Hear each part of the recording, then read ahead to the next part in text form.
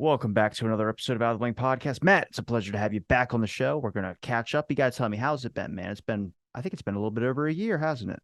I was gonna say, I think we did this sometime last summer. So yeah, it's been a little over a year, and I guess things have been good, busy but good. The I world's finally getting to be back open again, so that's been. Oh wait, that's the last time we talked was around that time. Oh God. Yeah, I think so.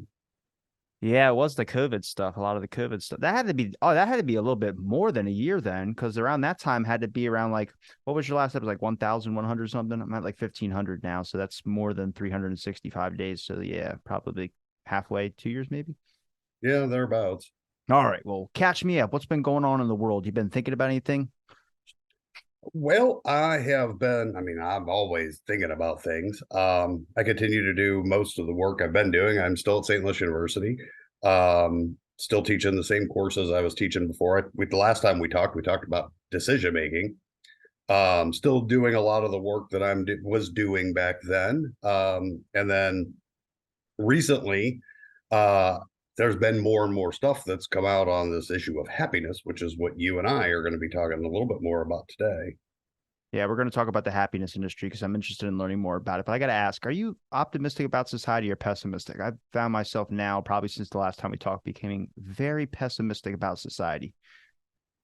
Uh, I go I go back and forth. I mean, there are some things I'm very optimistic about and some things I'm very pessimistic about. Say in general, that probably makes it all a wash. But I do in the long run, I think we have the general tendency to learn from the things that we are doing poorly and get better at it. What is oftentimes problematic, especially as we start to make decisions and we live in a faster and faster moving environment and society, is that, oftentimes we make a whole lot of decisions now before we actually learn whether they're good decisions or not. And then it becomes harder sometimes to backpedal and undo some of those things that we've screwed up. Yeah, I think it's pushing us more to a point of where we're going to be letting technology make our decisions for us, which I think is dangerous because you need the critical thinking abilities too. Like you got to think for yourself at times, but so many times at this point, people just go, "Hey, the device will do it for me. I could just Google it." I'm like, "Oh, good, that's not good." Yeah, before we started this, I was working on my next blog post for Psych today, and it's on the importance of human expertise, even in the era of AI.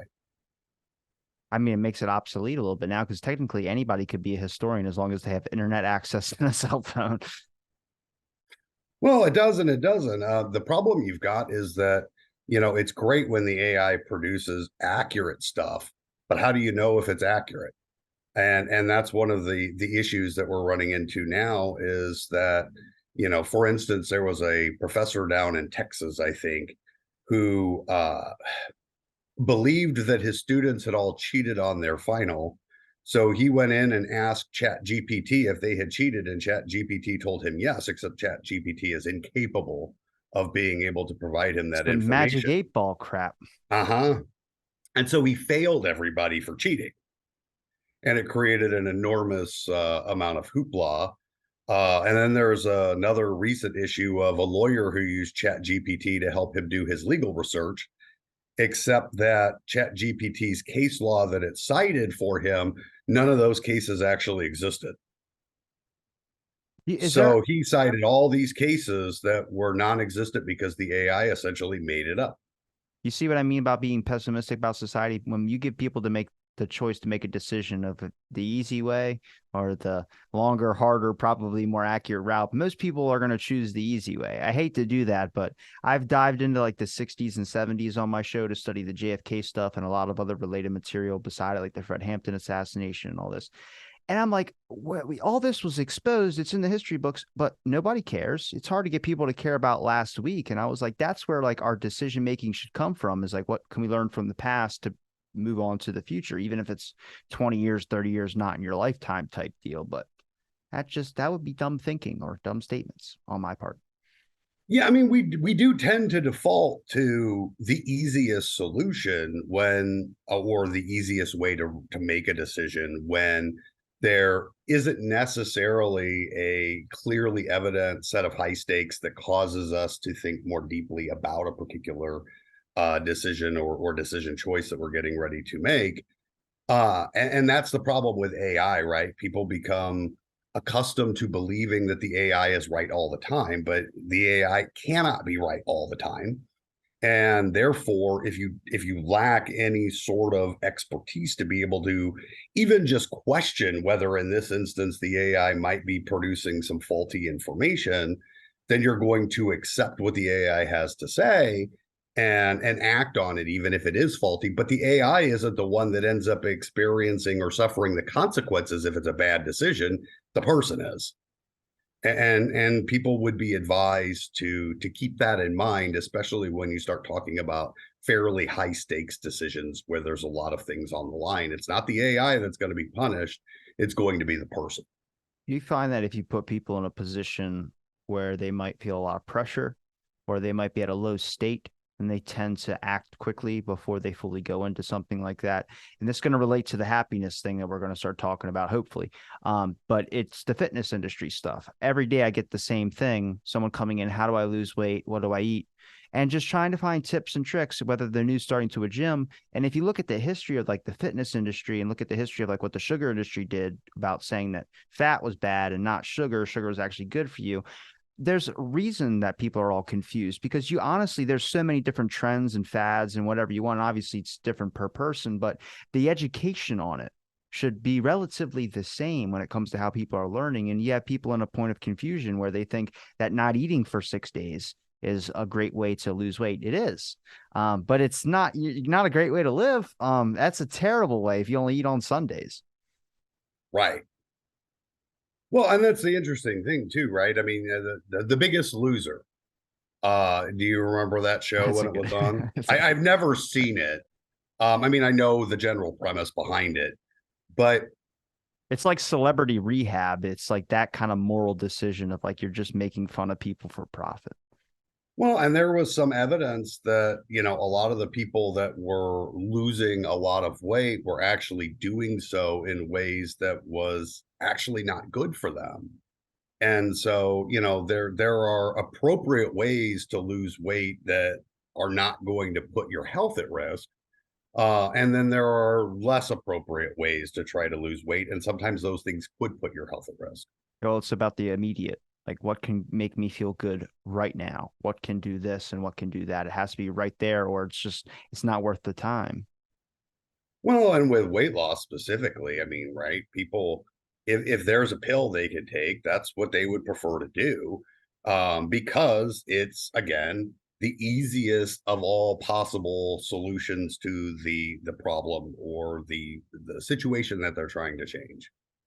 All right, so let's get on to the happiness industry. We cut the bread a little bit. Let's do the happiness. What is it? Why is there such a big? Well, what is it? First of all, that's what I got to know. What is the happiness industry, or what is Yeah. happiness? Well, I mean, you could tell me the second one if you want, but I don't think anybody's giving me that answer, and I don't know if God's the only one who has it.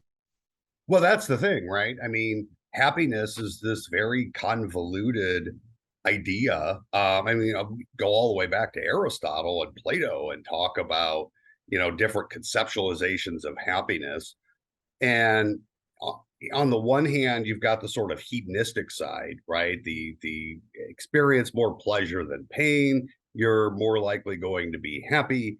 On the other hand, you also have the issue of meaningfulness, and most people who say that their life has meaning uh, tend to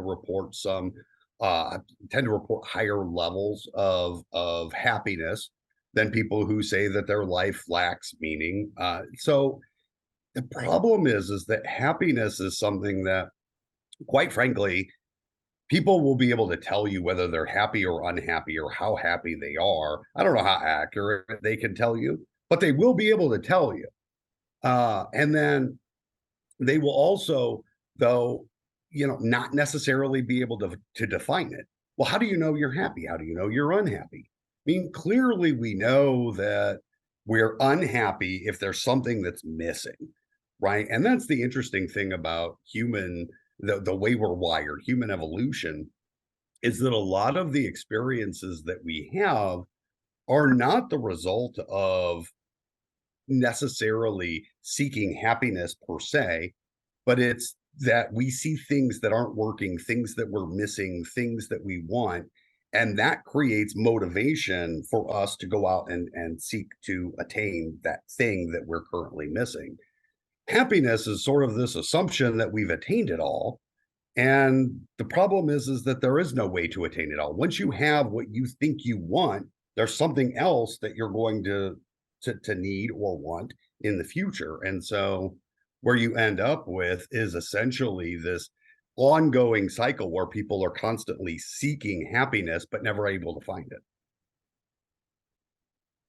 So like a moment type thing. I mean, can you ever really truly fully be 100% happy all the time, like every single day? Like if you're happy one day, the next day is going to be different. It's not possible. Well, and if you're happy every day, how would you know that you're happy if you're never unhappy? I think you take account of more moments when you're sad than you are when you're happy. You don't think about, oh, I'm happy right now. You're more just in the moment and happy.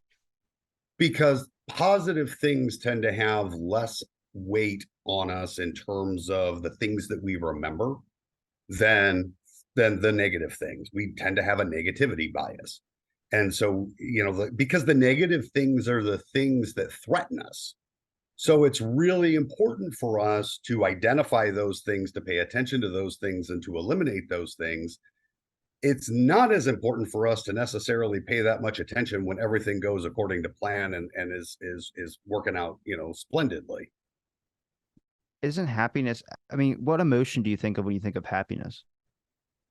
Joy would be one, I meant not probably. emotion, color, color. My bad. Oh, color? There isn't one. I've tried to think about it. I was like sitting there. I was like, there's no like red is anger, blue is like sad or gloomy, but there's no color for happiness. That's true. Yellow, I mean, yellow is like, I don't know what yellow is. Yellow would be fear I or don't know what yellow anxiety or is either. something, anxious or something. Yellow associated with caution. But there's no emotion or there's no color for happy. Well, no. That makes me And unhappy. Fix it. and how do you know when you get there? And so Dan Gilbert wrote a good book called Stumbling on Happiness. And he said, one of the problems that we have is that our current self, right, can only guess what it is that we want to be happy. But, 10 years from now, my current self is going to think something else is what's going to make it happy. How I am today, if I start pursuing the things that I think are going to make me happy, even if I acquire all of those things, there's still going to be things that I'm going to want, things that I'm going to think are missing. And so, on the one hand, you could say that happiness is the sort of preponderance that you've gotten most of the things you've wanted out of life, that things generally speaking are working reasonably well, that that you're not really lacking for anything of major substance. And you could define happiness that way. I don't know how many people actually do. Instead, I think most people, at least based on my experience, sort of define happiness as this sort of general sense of well-being. And am I a relatively healthy, happy, reasonably well person? And if the answer is yes, then I'm probably going to say that I'm fairly happy. And if the answer is no, then I'm probably going to say that I'm fairly unhappy. How did you get interested in looking at happiness? Like, you know a lot about it. Do you just read books on the side or? Well, I study, I mean, I originally got into psychology studying things like mood, stress, and emotion. So, um, there's happiness ties in very nicely to a lot of that stuff because, when we're in a good mood, for example, we do tend to evaluate things in a more positive way than if we're in a bad mood. And so if you're in a good mood, you're probably more likely to say that you're happier than if for whatever reason you're happening to be in a bad mood that day. Have you about to say, have you looked at burnout or stress related burnout? Like when people get those types of things, I see a lot of that with a lot of kids. I mean, I'm 25, so I see a lot of, we're not older, but we're at that kind of point. Like I was at a concert the other day and a bunch of 17-year-old kids were in front of me and I go, "Oh my God, I feel like an old person. This is crazy. This is nuts." And it just hit me like a flash. Oh, it gets worse the older you get. I just got to point that out. But stress related burnout is a big thing. Like I experienced it doing the show and stuff, but I've noticed with a lot of my friends that just it feels like everyone has an anxiety issue now. Like you ask someone to hang out or something, they just back out. And I've always just wondered what that was, if that was just an inherent part of us, or does it get worse as we get older? Well, burnout's kind of it's a construct. So burnout used to be, okay, the way it was defined is as a very chronic state of being, right? That you're, you know, chronically tired, you're emotionally blunted, you feel as though you have this ongoing lack of general accomplishment with the things that you're doing. You have no efficacy, really, right? With your life, with your job, with your relationships, and that those are all signs and symptoms of burnout. Since COVID hit, and probably a little before COVID, some of the ways that the topic has been talked about has really watered down the concept of burnout and made it into this thing where, well, if you're just stressed out, you're probably burned out. Well, no, you're probably not. I mean, stress is generally speaking, it's a good thing. Stress is that experience that we have that tells us that things aren't going well, that we're short of resources, that there's these threats out there that we're having difficulty managing, that there's something going on that is threatening our livelihood, our well-being, or our general sense of self. And so you need to be able to effectively respond to that. And if you can't respond to that, or you're constantly inundated with things like that, over time, it does tend to result in some, mental, emotional, and physical, decrements. And that's where burnout really kicks in. But if you're just really tired from, it's been a really rough 2 weeks. I'm really tired. I mean, I go through this. It's been a really rough 2 weeks. I'm really tired. What I really need is a weekend to just, unplug and recharge, and then everything's better after that. That wouldn't necessarily be burnout. That would just be some initial fatigue from the result of operating with too few resources to deal with the demands that I've been experiencing. Over with people who experience real chronic burnout, where you end up with is it isn't something that a weekend off is necessarily going to fix. A lot of times it can become very psychologically ingrained, to the point where people need things like employee assistance programs and counseling, and sometimes medication, in order to help themselves right the ship. I've noticed it with a lot of social media stuff I see in algorithms now is a lot of motivational stuff. I always have friends that post very motivational stuff and all this. I don't necessarily like those or agree with the motivation stuff. I don't really seek for motivation on social media and stuff like that. But I've looked at some of these channels and they grab incredible followings from it. And I'm like, I guess there has to be a market of people out there that just feel like they need someone to tell them that they need to get up and go get their life, or give some type of motivation in that sense. And that sparks up a drive in people. But it's just interesting because I think everyone has a natural curiosity about emotions, whether it's ones that relate to themselves, but also just how do they work in general. I learned a lot about boredom, which is from a researcher who was on my show. And he just said boredom, like nothing, if you're bored in your house one day and you weren't bored yesterday, he goes, nothing changed. It's just the fact that you're now at a state where everything around you just seems meaningless. And he's like, so you can find something that has meaning in it. There's nothing that changed. It was fine for you yesterday. Why is it not fine for you today? And it's just like when you really start to break down the emotion aspect of things, you really start understanding more, and it makes it more simplified and less stressful. Yeah, I mean, emotions serve a functional purpose. They tell us about the state of our transactions with the world around us. They tell us about, the state of the environment and the state of ourselves. So when we do something that is we consider to be wrong, or that hurts somebody else, right? We oftentimes will experience guilt. On the other hand, if somebody else does something and maybe the exact same thing we did, and it's caused then by somebody else, then we experience anger.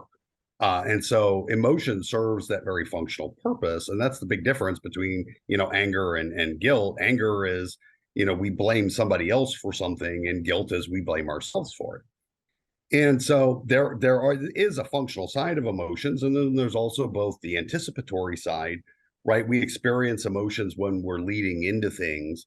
And we also experience the posterior side, the after effect side, right? So we go through some experience when we're leading into, say, a very anxious experience or threatening experience. We experience that high level of anxiety or worry. And if we get through the experience, we might experience relief or calmness, take a deep exhale. On the other hand, if bad stuff happens, we might instead experience things like, sadness or depression. So it tells us both, one, about our relationship to the environment and how the environment is affecting us, but it also tells us too, it prepares us for action, and then also helps us to recover from action. Do you find that, like, I mean, this is intertwined with addiction as well too? It seems like a lot of the stuff, like if we talk about feelings and emotions and things that can drive those feelings and emotions, it feels like if you're in a state of bad, then you can look for something that gives you a state of good. Like learning about dopamine and stuff like that. I have ADHD, so I tend to get dopamine rushes from things. Right now, I'm in a huge music fix. It's I'm like hyper focused into making music. It's just awful because I can't think about anything else but that. But then I know I look at it, I go, that's addicting for me, is the dopamine feeling I'm getting from that. But then I look at like other people who have like either low emotions and they turn to drinking or they turn to something like that. I'm like, there has to be, I mean, that's a quick fix, I guess, but it's not a right fix. It's just that instant, I don't know, feeling of relief or something like that. That's interesting where I start wondering, is it intertwined with addiction? It can be. I mean, once you get into the actual addiction, though, the addiction itself creates a very physical connection to whatever it is that you are addicted to. But a lot of people find themselves, not everybody, but a lot of people find themselves into addictive behaviors or into their particular addiction as a way of either blunting the various stressors or negative emotional experiences in their lives, sometimes as a way of seeking to strive towards more positive things too. So some people will, they want the rush of something, and Amusement parks. so Amusement what's that? parks. Go to an amusement Yeah, park. they were Yeah. they yeah, the amusement park rush, if you will. But that can be created by any sort of chemical addiction as well. The problem is that over time it takes more and more of it to have the same effect. And or you become more or less accommodated to that way of being. And all of a sudden you want to maintain it all the time. And again, you start taking more and more of it, and it becomes difficult to stop taking it, if not in some cases impossible to stop taking it. So would an example of like something of a happiness industry, would that be amusement parks? I just thought of that. What do you mean? Getting happiness from an amusement park. That's what I'm thinking. Well, you can Amusement. certainly Yeah. get something that fulfills you from an amusement park. I'm not the world's biggest amusement park person, Oh. but the people who really, really enjoy the rush of that, and they like that as a part of their life, absolutely, that can be something that can help fulfill them and make them at least hedonistically happy. So what is the problem with the happiness industry? I've noticed that a lot of people have written books on it. I've looked over some of the various works on it, but it looks very, very complex. I mean, is it just about marketing, capitalism, and emotion or something like that, or is it just?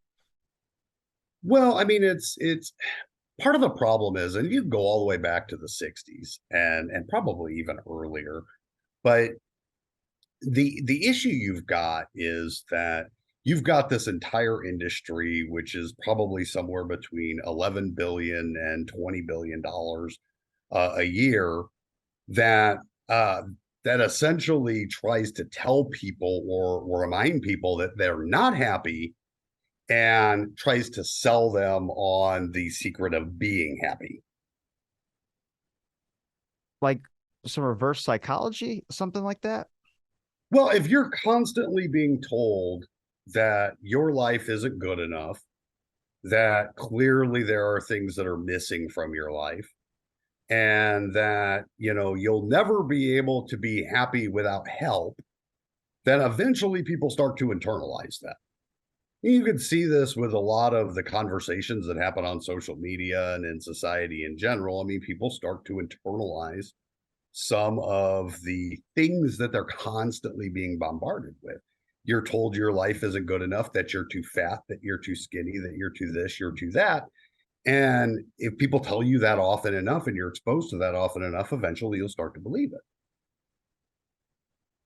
I mean, And how did they like get Facebook was really bad for this, right? It was the sort of keeping up with the Joneses. People can sculpt and create these fictitious worlds they live in that seem like they're real to the people that are taking a look at them or seeing what they're putting out there.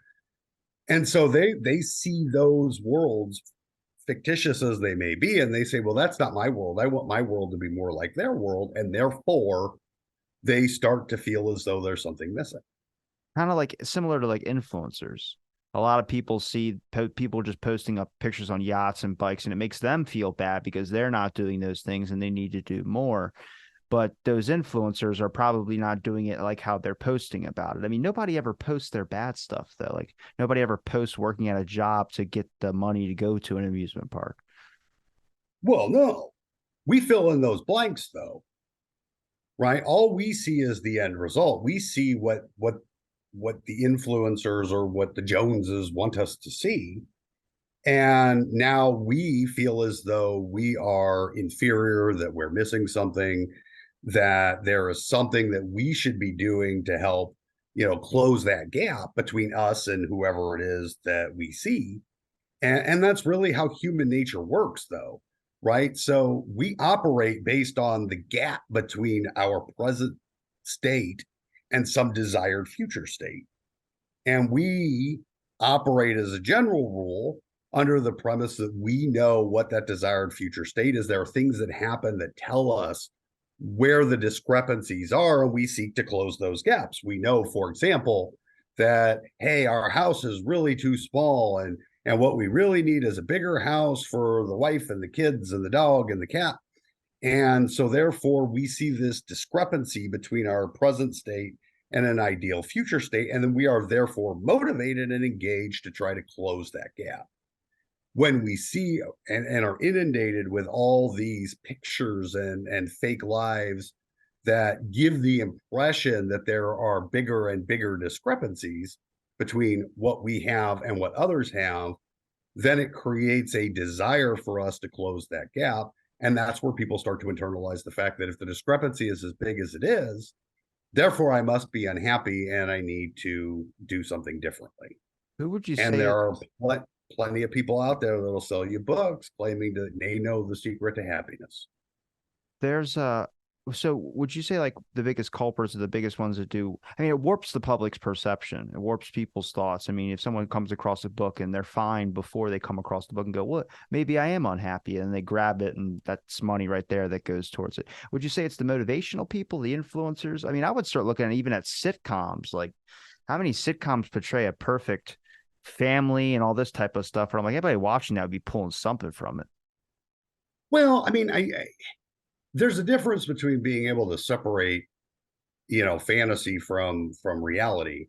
And although we do see that sometimes people have difficulty discriminating between the two, but and those are usually very small cases.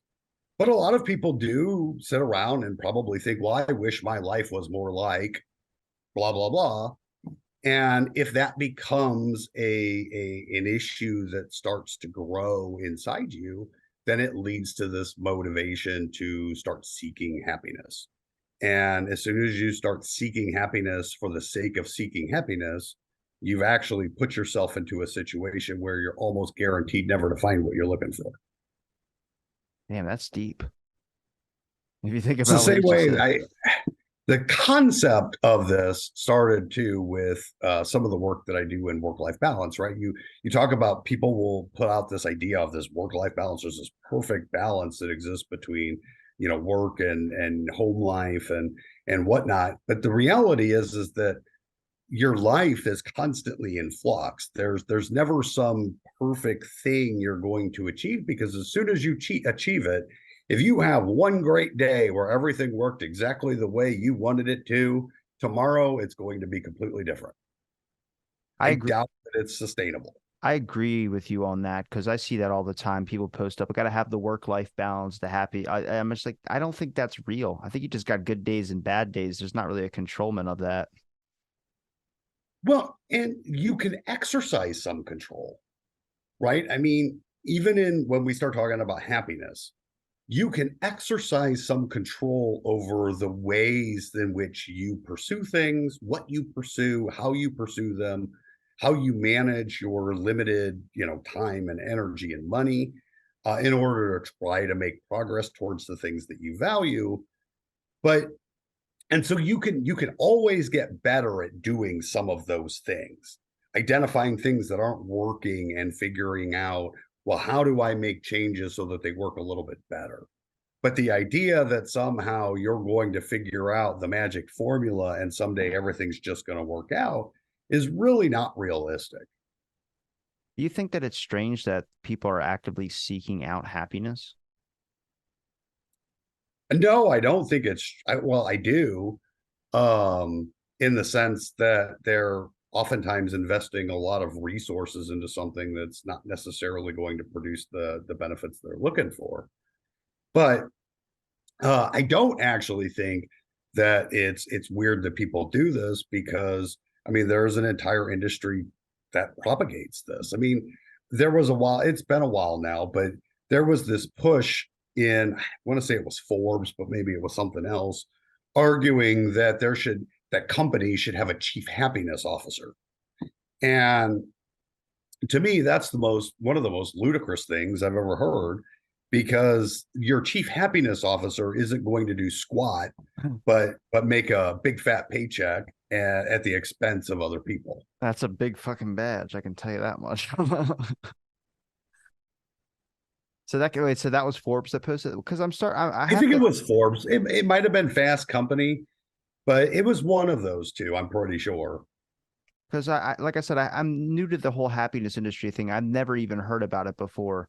I saw your tweet that you tagged me in, and so when I was looking at it, I was like, I mean, it makes sense that there's a business to try and profitize or try and sell happiness because there's a market for it. Obviously, everybody wants to be happy. Nobody wants to be without happiness. I'm just trying to find the ways that they achieve that. How do you achieve happiness from a business standpoint? Like, what's everyone's marketing tool is just to make money, I guess. Well, and that's the thing, right? I mean, I don't know. So if you've got a company, let's say that has, let's just take a small one, right? Let's say you've got 20 employees that work for your company. What what's going to make those 20 people happy is going to vary tremendously. Everybody doesn't want exactly the same things to make themselves happy, because A, everybody has different things to start with. B, everybody has a different set of values that sort of drive, their day-to-day lives and the kinds of things that they feel are important. And therefore, they're going to want to strive for different kinds of things. If the same things made us all happy, we'd all be exactly the same. Okay, I mean that makes sense. But so is that why there's just a scattered market for happiness stuff then? Like if you're looking at motivational books, you're looking at all these other types of things. There's a scattered market for it. If one doesn't attract you, another one will though. But it's all the same ploy. More or less, and the backgrounds of people are very different, right? So motivational speakers oftentimes are really more focused on things like persistence and maintaining your focus on goals and working harder, right? So most motivational speakers, and there's some evidence to suggest that there is often a boost from a motivational speaker, but that boost tends to be very short lived. And then people are right back to their sort of baseline level of motivation. So, the motivational speaker is sort of more generic in the sense that how you're trying to motivate people or what you're motivating people for can vary tremendously. Remember the guy in his garage that always says, "Look at all these books I have next to my 3 Lambos." You remember that shit? I hated that shit so much. But the happiness people are trying to give you oftentimes a recipe for how to specifically pursue happiness. So the kinds of things they focus on tend to be a little bit different. They tend to, yeah, you'll hear people say that, gratitude, practice gratitude, and you'll be a happier person. Well, the evidence on that is pretty sketchy, to be honest. Yes, happier people tend to demonstrate more gratitude than non-happy people. And there is some evidence that if you really, really strive to practice some gratitude, you might be able to inch your way up a wee little bit on the happiness spectrum, but that's about the extent of it. So gratitude alone isn't going to make you happy. Getting everything you want isn't going to make you happy. Money isn't necessarily going to make you happy, but there is evidence to suggest that below a certain level of financial resources, people tend to be less happy. And above that threshold, if you're really, really poor, it's really hard to be happy. And so more money creates the sort of very steep incline in happiness. Then after a certain point, it kind of levels off a little bit.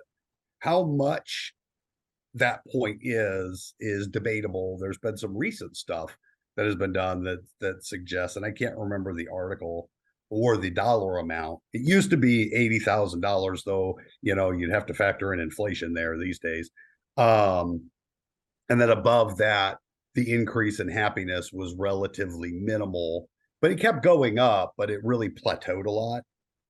And more recent stuff suggests that number might be higher and that it doesn't plateau right away as quickly as we originally thought it did. I can't say that I have the answer to that, but I do know that it is a lot harder to be happy if you don't have any money.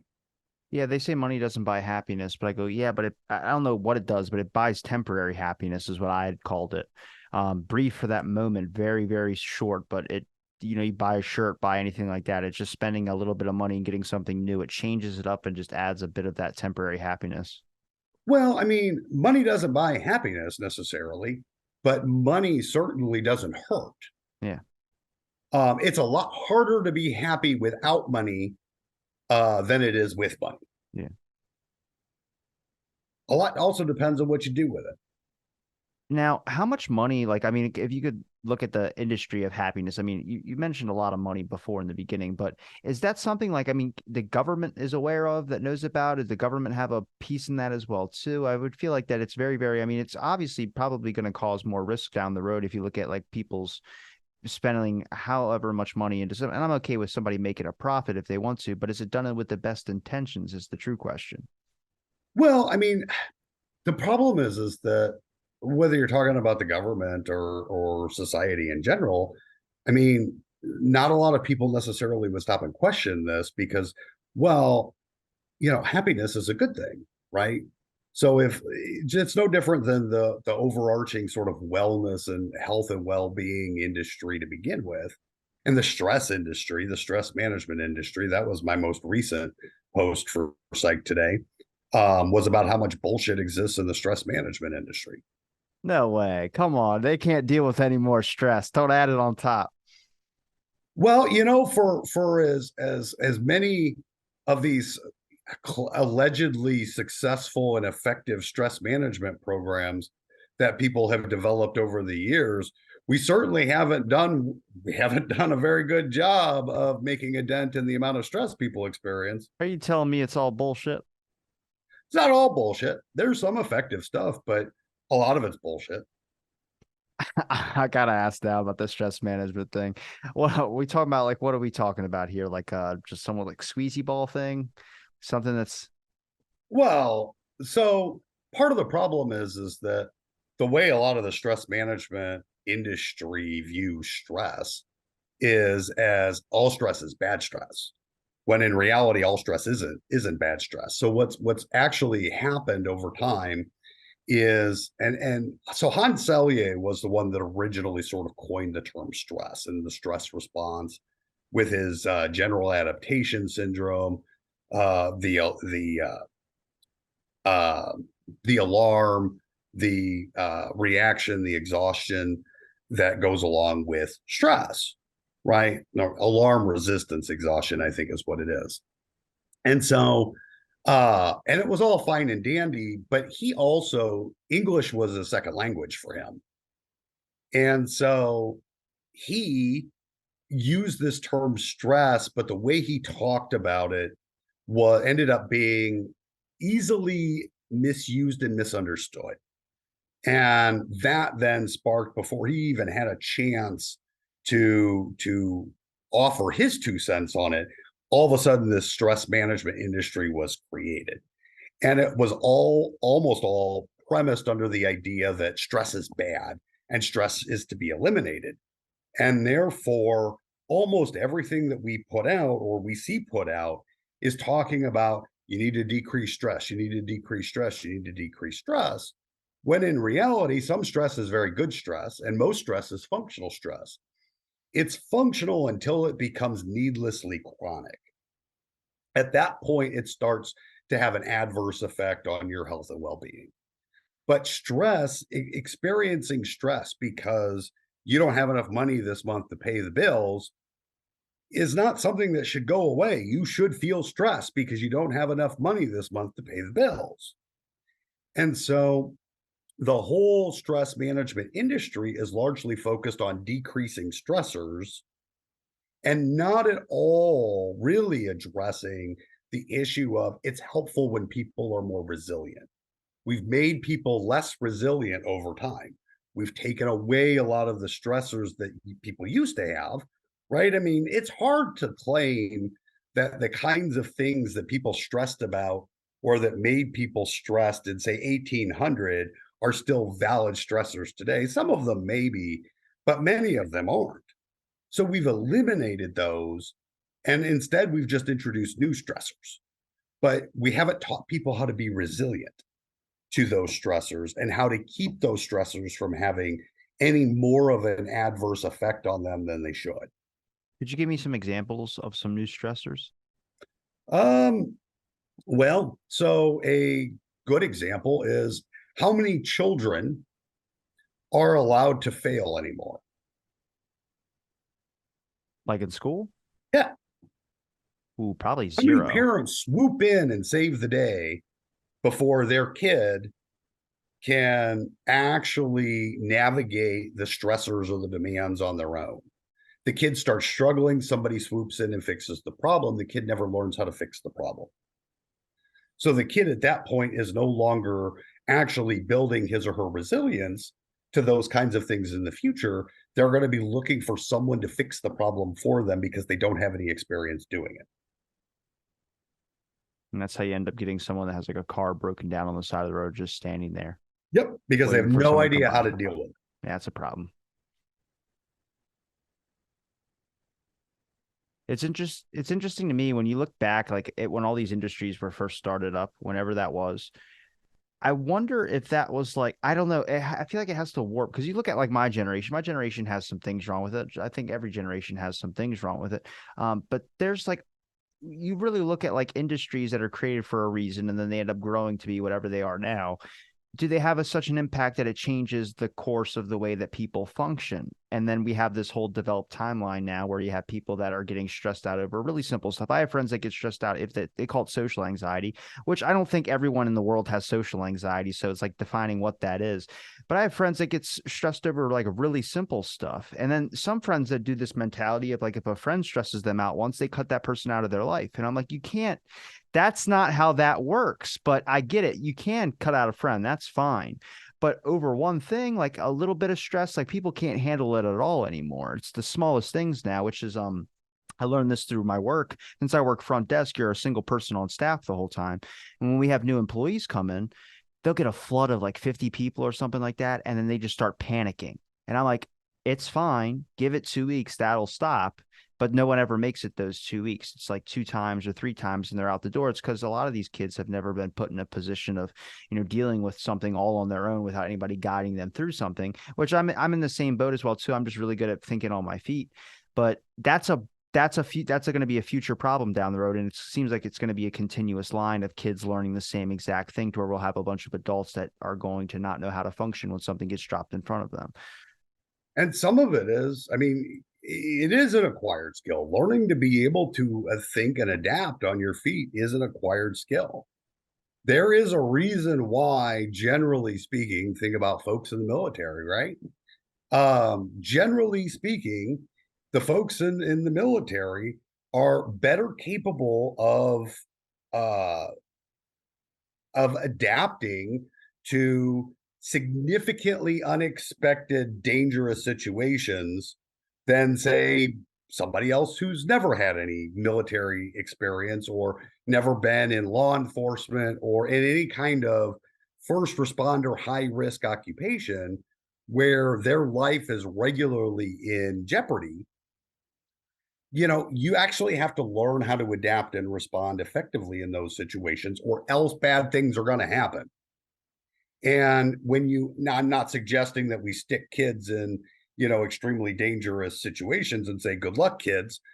But if you start removing all of the things that could possibly cause stress from people's lives, they never learn how to effectively respond to that stress and how to manage themselves so that they can address the stressor in a way that is effective and does the least amount of damage on themselves. Kind of like a stress tolerance thing. Like I noticed, like the more stressed, I mean, I've always gotten stressed, but I have no stress basically. I mean, I have stress, but I think everyone does. But I just small things that used to really get me don't get me anymore. It's like really serious stuff that can really stress me out. But a lot of things, I'm very even keel, and I think that's from so many years of stress. I know you're like, oh, you're young. How do you have stress? That's usually the answer I get. But it's like, no, there's real things that are stressful per person. It's just how they're looking at it or how they're viewing it. But I also think it's important to have it in your life. You can't eliminate it, because some of my best work comes when I'm stressed. Yes, it comes from because stress is more or less, I mean, stress is nothing but a higher level of arousal, right? So, I mean, Damn. you have to have a certain level of arousal to be motivated to do anything. So stress is just a much higher, more elevated level of arousal. Where it becomes problematic is if that arousal gets too high and it starts to interfere with your ability to think and act in ways that when you're not stressed, you would consider to be, appropriate ways of thinking and acting. Sometimes when people experience too much stress, they do things that in the long run are self-defeating or have an adverse effect on themselves. Kind of like Somebody anger. goes, anger, yeah, Yeah. anger, frustration. That's where some addiction comes from. They're overstressed, they can't handle it. And so, I'm going to go take a drink. And then I take another one and another one and another one. Or every time I get to that point, I start drinking. And all of a sudden, I'm drinking all the time. Do all these areas, when it comes to emotions, become a little bit controversial? I have to think that people have varying perspectives on certain things that maybe, I don't know, depending on their experience, probably they would like to eliminate more or have a different view on. Well, that's a good question. There's there's very little agreement on a lot of stuff because to this point, we don't necessarily know all the inner workings of the human brain. And, we still don't even know what causes consciousness. Apparently, 25 years ago, there was a bet made between a philosopher and a neuroscientist that within 25 years, neuroscience would be able to give us the neural underpinnings of consciousness, and they still can't. And so the philosopher won the bet. But so there's so much we don't know about the human brain and how it works. There's a lot of stuff we do know, but we don't necessarily know how it all fits together and how it produces the the outcomes that it produces, whether we're talking about emotions or cognition or even human behavior. Do you find that when, like, with students or with younger generations, that you're seeing them be less equipped or less able to tolerate certain emotions, either whether it's happiness, an overwhelming amount of happiness, overwhelming amount of sadness, overwhelming amount of anger, overwhelming amount of whatever the board? Yes. Um, it does seem like, now I work with most of the students that I teach are, working professional students. So we're talking about the average age of our students, and the students that I teach tends to be in their mid 30s. Okay. But there's a very wide swath of students. But I have noticed over the past decade specifically that there has been an increased number of students who just can't even. Just can't. The first time something happens, they're gone like a shot because they have no ability to marshal any resources to overcome what they're experiencing. And in some cases, I mean, these are some big, hefty things, but I'm seeing that there's more and more littler things that are creeping up that are causing students to become paralyzed in their coursework. And we see this with traditional age students as well. I mean, you see people talk about the mental health crisis on campus and very on college campuses, and kids killing themselves and whatnot. And it's because most of them they can't cope. They lack the resources to effectively be able to cope with many of the demands that they experience because they've never been allowed to. They've never been able to cultivate those skills. And then you're seeing it more in colleges, right? So colleges are trying to create this more insular experience. Well, eventually these kids are going to graduate and they're going to go out into the real world where there isn't this necessarily this insular experience, and then they're going to struggle there. So in some ways, it's just kind of kicking the can down the road. We keep kicking the can down the road. We kick the can down the road with the kids, and then we kick the can down the road with the teenagers, and then we kick the can down the road with the college students. And then we're going to eventually run out of cans to kick or road to kick it down. I think maybe 5 years ago, 10 years ago, there was always movies I would watch that would have a college kid overwhelmed with books or something. I don't know how to finish this paper. I'm gonna have to do this. And there's always that one that was in his room, like with piles of books, yay high, freaking out, hadn't slept in 3 days and all this type of stuff. And now you get to where the overwhelming is today. And it seems like the majority is now that one college kid from 10 years ago in that film that was locked in their room, freaking out and tearing their hair out, not eating and, not lacking hygiene and all that, just over something that the other kids around his time weren't doing that much about. They were worried and concerned, but they weren't just like that. And now it seems like the overwhelming majority today is that college kid freaking out and panicking. I mean, I don't know if the suicide on campuses is a new thing, but there's I've seen a couple stories about it, but I've watched it for the past couple of years now go to this mental health crisis on college campuses. The world's in a mental health crisis. I think it got worse after the pandemic as well too. But I see that a lot now, and now I just either see people fed up or I see people that just they don't want any part of it. Like I mean, it's not the same as fed up. Fed up's like, I don't care. I'm not gonna let it bother me. But then there's, I don't want any part of it, which is I'm just going to go home and do what I've always done and like what I do because I know it's safe. And it's like staying in this routine over and over again.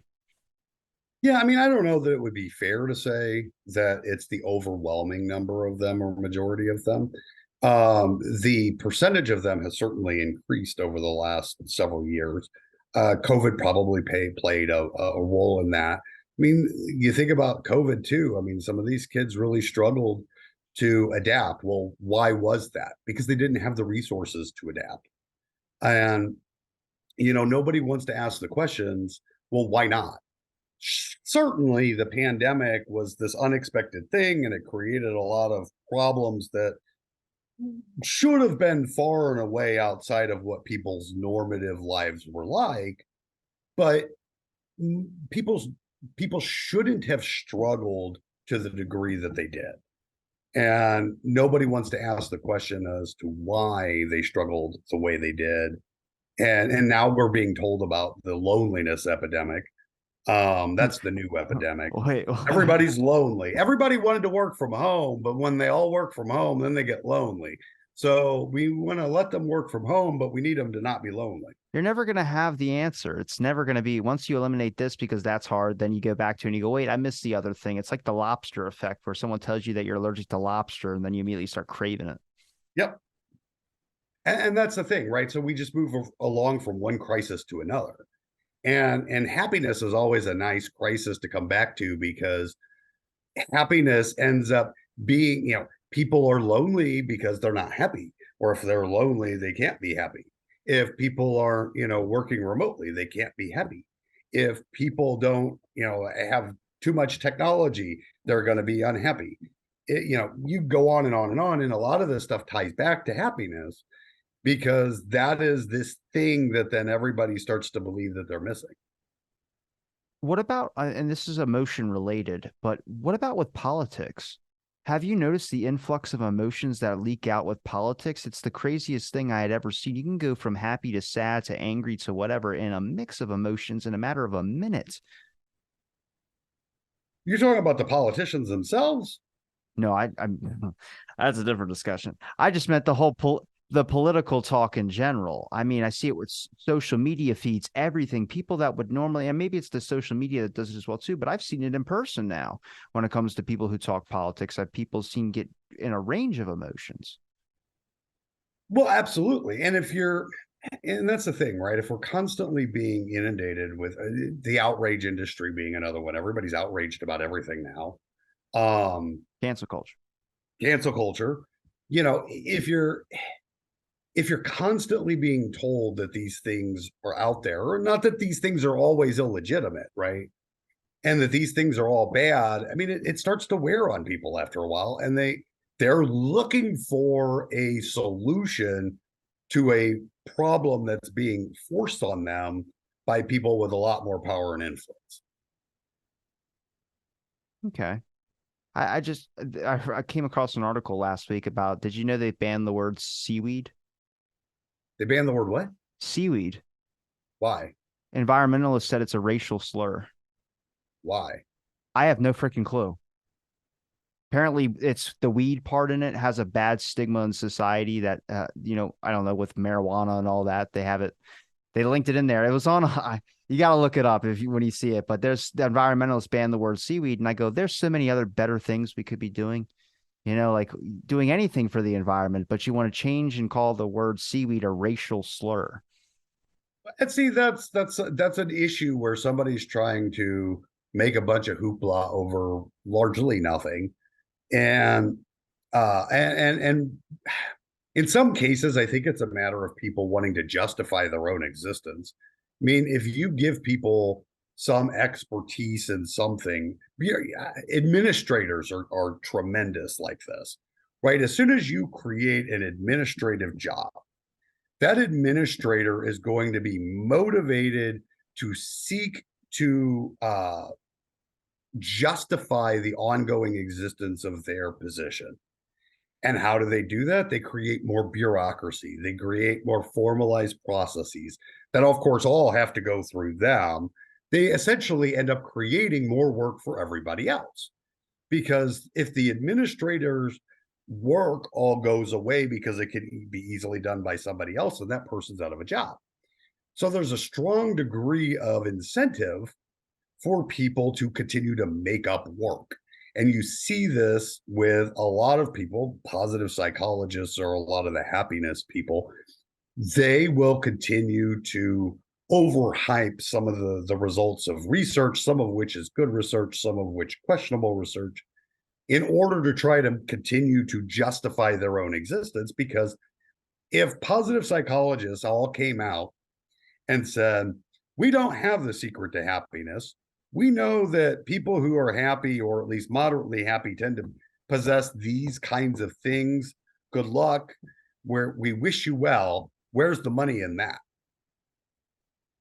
There's no money in that.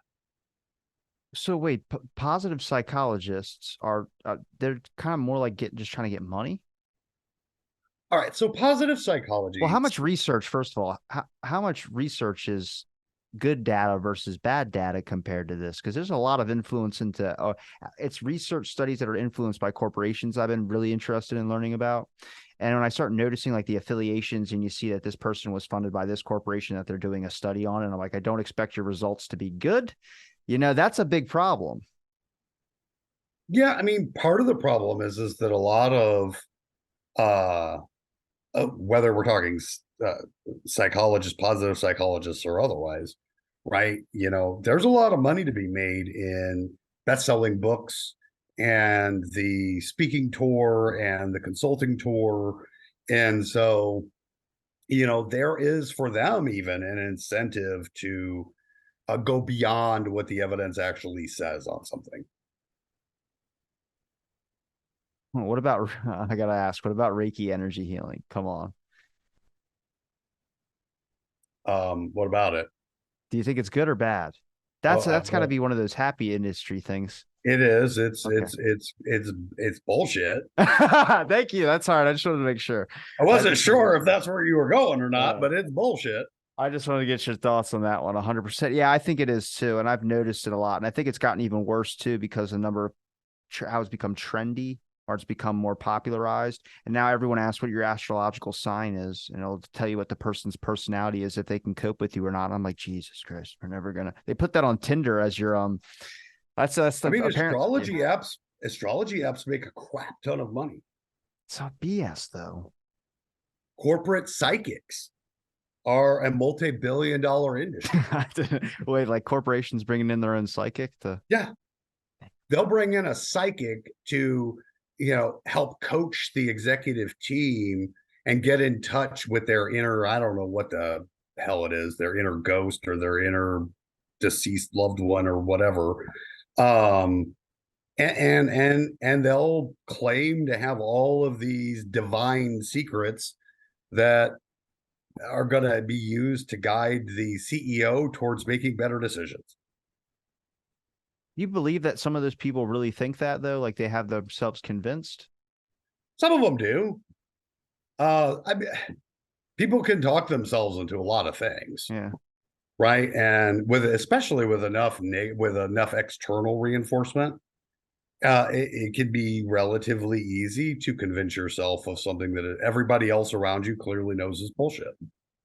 Um, but do I think that most of them believe that they're psychic?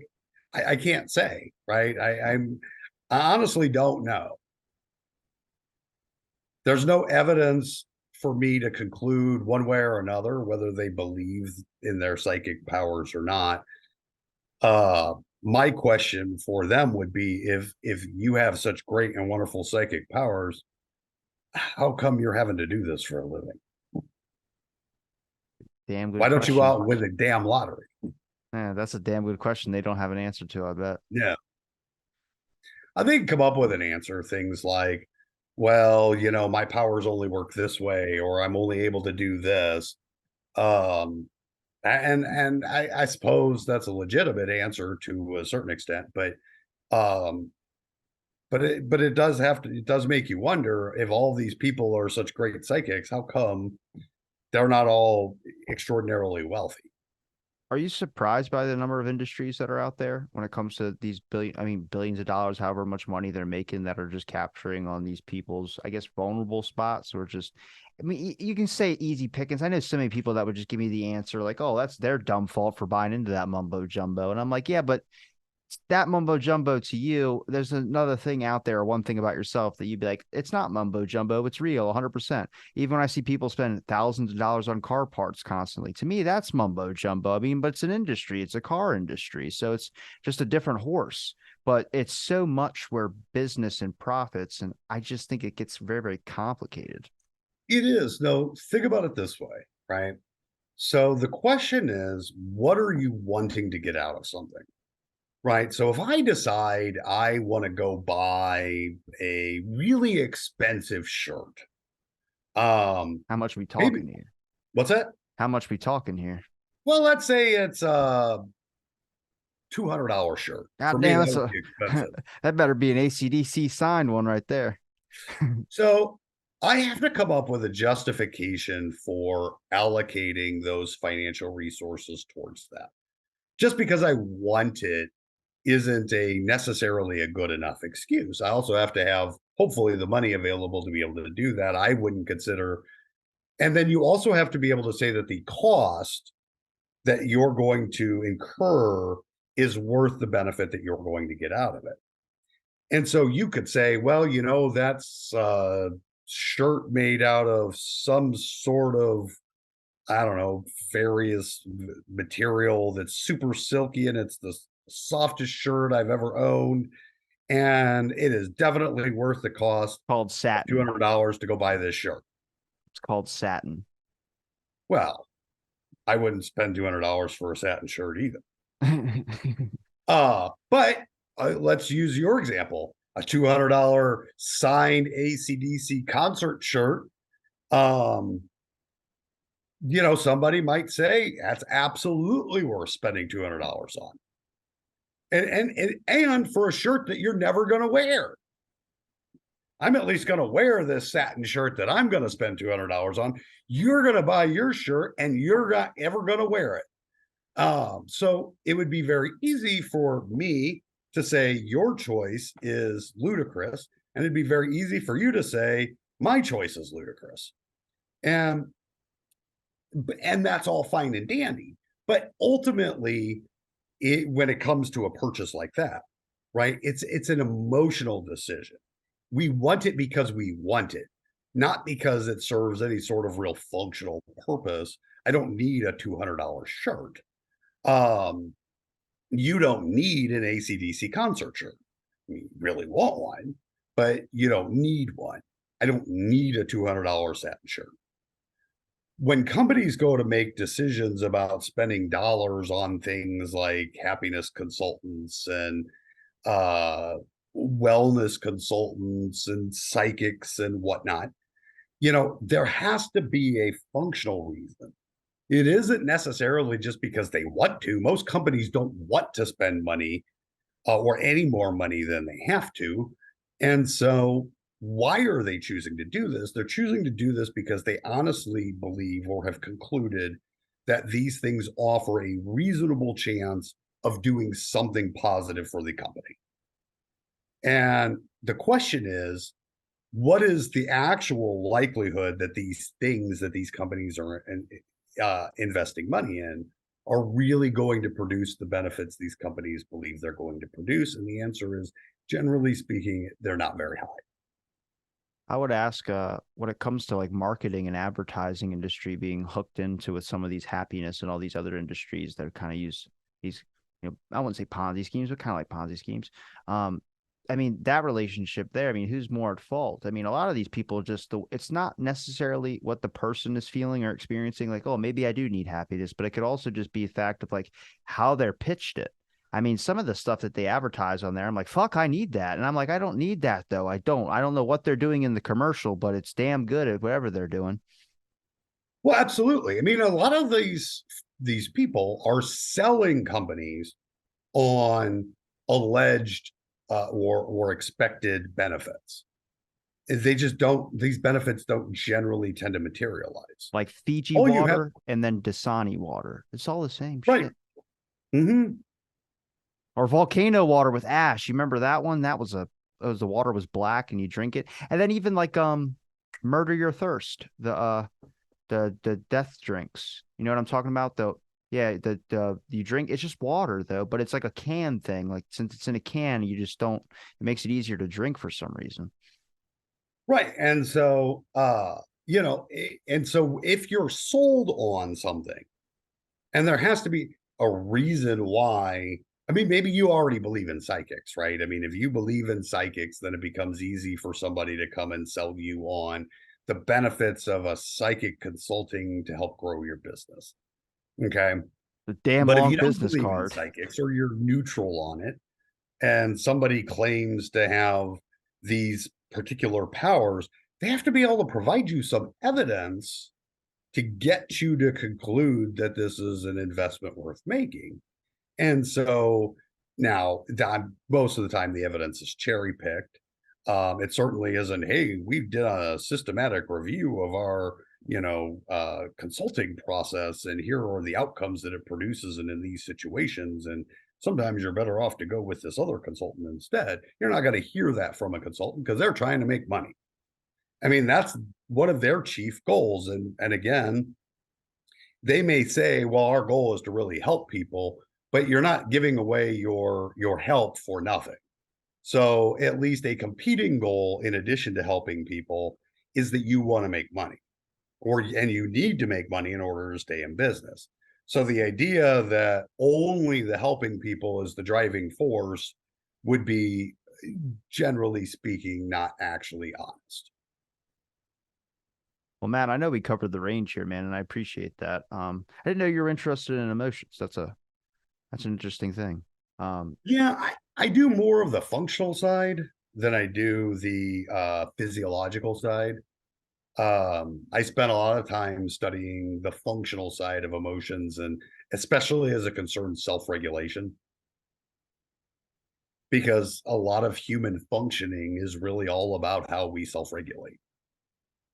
Yeah, people don't have, I guess people lost that ability. I mean, I'm at fault. I think I lost that ability as well, too. Self-regulation. Certain things, there's a lot of things that I think mass confusion, but I also think it's a buildup of a lot of things as well, too. I don't just, there's too much coming at people 24/7. I blame like taking the break off of the social media. Like I post once a day. Best thing I've ever could have done in my entire life. Well, and yeah, although you are self-regulating, right? Whether you're doing it as effectively as you can, we're hardwired to self-regulate. We don't necessarily self-regulate effectively all the time. Sometimes we need a little bit of help. But no matter how well you self-regulate, you're never going to find happiness. Matt, where can people find your links, man? You can find me on Twitter, for example, search for @Grawitch. You can also do a people search for my last name on St. Louis University's website. And then you can also do a search for me on Psych Today. You can see the things that I write on various topics: stress, work-life balance, and decision making. And AI, apparently, I mean, AI consumes a lot of my Psychology Today writings now. Damn. But wait, AI, like the artificial intelligence or the Yeah. website? What's that? The artificial intelligence or the website? Oh, writing about artificial intelligence and its impact on human decision making consumes a lot of my time. Okay. All right. The way that I guess your thing clipped or said something else, it said AI uses a lot of your work. I was like, wait, so AI is looking to you as a reference point so you can tell when someone's stealing your shit. That's how they know you're right. But Matt, I'm gonna link all your links in the description, man. It's been a pleasure chatting with you again, and thanks everybody for listening to this episode of Out of the Blank. Stay tuned for next.